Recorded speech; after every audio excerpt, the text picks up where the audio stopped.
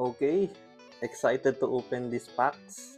Bumili na naman, pasensya o kaban. So welcome everyone. Ang bago naman natin ngayong bubuksan sa channel na to is yung Mega Evolution series. Kaka-release lang nito last week if I remember correctly. So ayun, bago-bago lang siya, and actually medyo mahirap siyang hanapin ngayon. Nagkakaubusan siya sa mga vendors. So ano na tayo sa booster pack. Yun na yung natitira sa mga tindahan. So we got one and we hope to open this in this month of October. So ayan. But actually before we try to open this, may narinig lang ako these recent days. May nagsabi pwede daw i-weigh or timbangin yung Mega Evolution cards. And I refuse to believe it kasi alam ko na ayos na yun. And andaya naman if pwede siya timbangin. So yeah, I don't believe that. But for the sake of investigating kung may facts nga ba dun sa sinasabi nila, why not actually try to timbangin nga natin talaga if may difference dun sa mga packs natin. So meron tayo ditong booster pack and mga sleeve booster packs. Tingnan natin if may difference siya. Most probably wala to. But again, for science, let's prove it. Okay. So, let's start. So, maybe makakapag-set tayo ng average weight dito. So, let's start with this booster packs. I'm not sure kung saang vendor na galing to. So, iba-iba. Nagkahalo-halo na to. So, yeah, balik yung weigh-in. So, let's start with this booster packs. Okay. So, 22.7.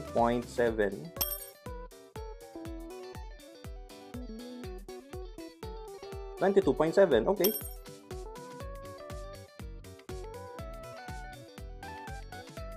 Okay, 22.7 din. Okay. So, yun pa lang, mapuprove na natin pantay-pantay yung timbang. Kasi pag totoo yung sinasabi nila, parang nakakatakot. So, meron tayo at least, I guess, na-prove na doon sa booster packs. Pare-pare na weight. Let's try naman dito sa mga nakuha nating mga sleeve na booster packs. So, let's start with this one. 33.4. Okay, expected na mas mabigat siya kasi may karton. So, let's proceed dun sa iba. Tabi ko muna ito sa gilid.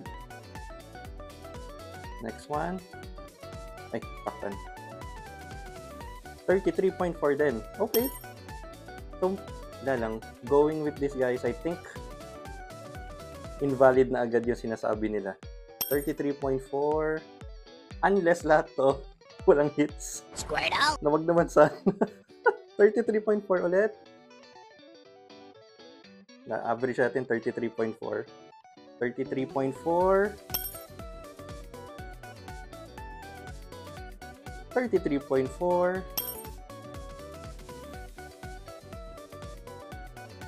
Ay, nakapatong, sorry. 33.4 din. Pumatong siya doon sa ibang cards. 33.4. And last pack, 33.4. So, that proves, guys, most probably hindi totoo yung chismis. So, ayun lang. Unless wala talaga, kung totoo man yun, ibig sabihin wala dapat tayong hits dito. Which, sana naman hindi totoo, and I doubt. So, yeah. So, 33.4 talaga yung average niya. And, yun lang. I guess that proves it. Pantay-pantay yung timbang niya. So, hopefully that ends the discussion about that. And with that, samahan niya ako as I open as I open our first Mega Evolution. So, nga pala, although may tatlo ko dito, yung dalawa i-reserve ko to since may paggagamitan ako sa December. So, tatago ko muna to. Pero, random natin. Hindi ko alam kung ano. Nakapikit ako. Sige, ito yung bubuksan natin. Yung dalawa, ito yung reserve ko for my next series, I suppose. Okay, ang bubuksan natin is this booster pack. Samahan nyo ako. Let's go! Oh my god, first.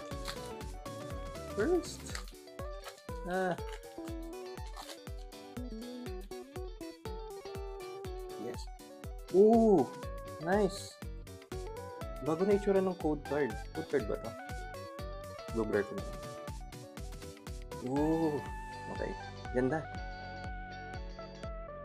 And wait lang, paano ba yung counting? Oh crap, di ko alam yung counting. So let's just dive into it. Di ko alam. Let's flip na lang. And let's start. Ivysaur for our first card. Ultra Ball. Jinx. Onyx. Ooh. Boss's Order. Stonejourner. Wow. Okay.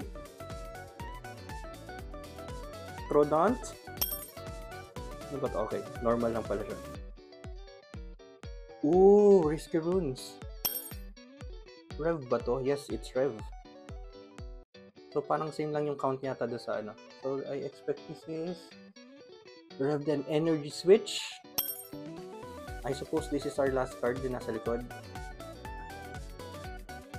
And our last card is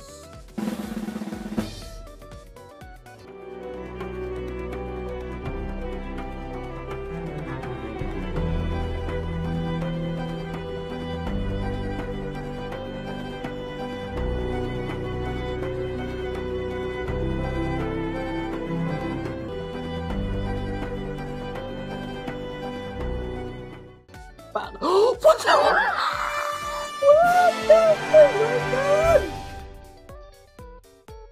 Oh my god, full art!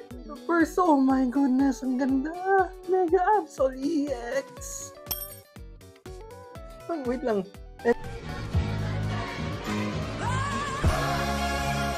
Everything that I've read, praise the Lord. Oh my god, nahulog! Squirtle. Yeah. Hindi siya nahulog. Naipit ko. Oh my goodness, ang ganda. Oh my god. Yes. I guess that's it. Grabe.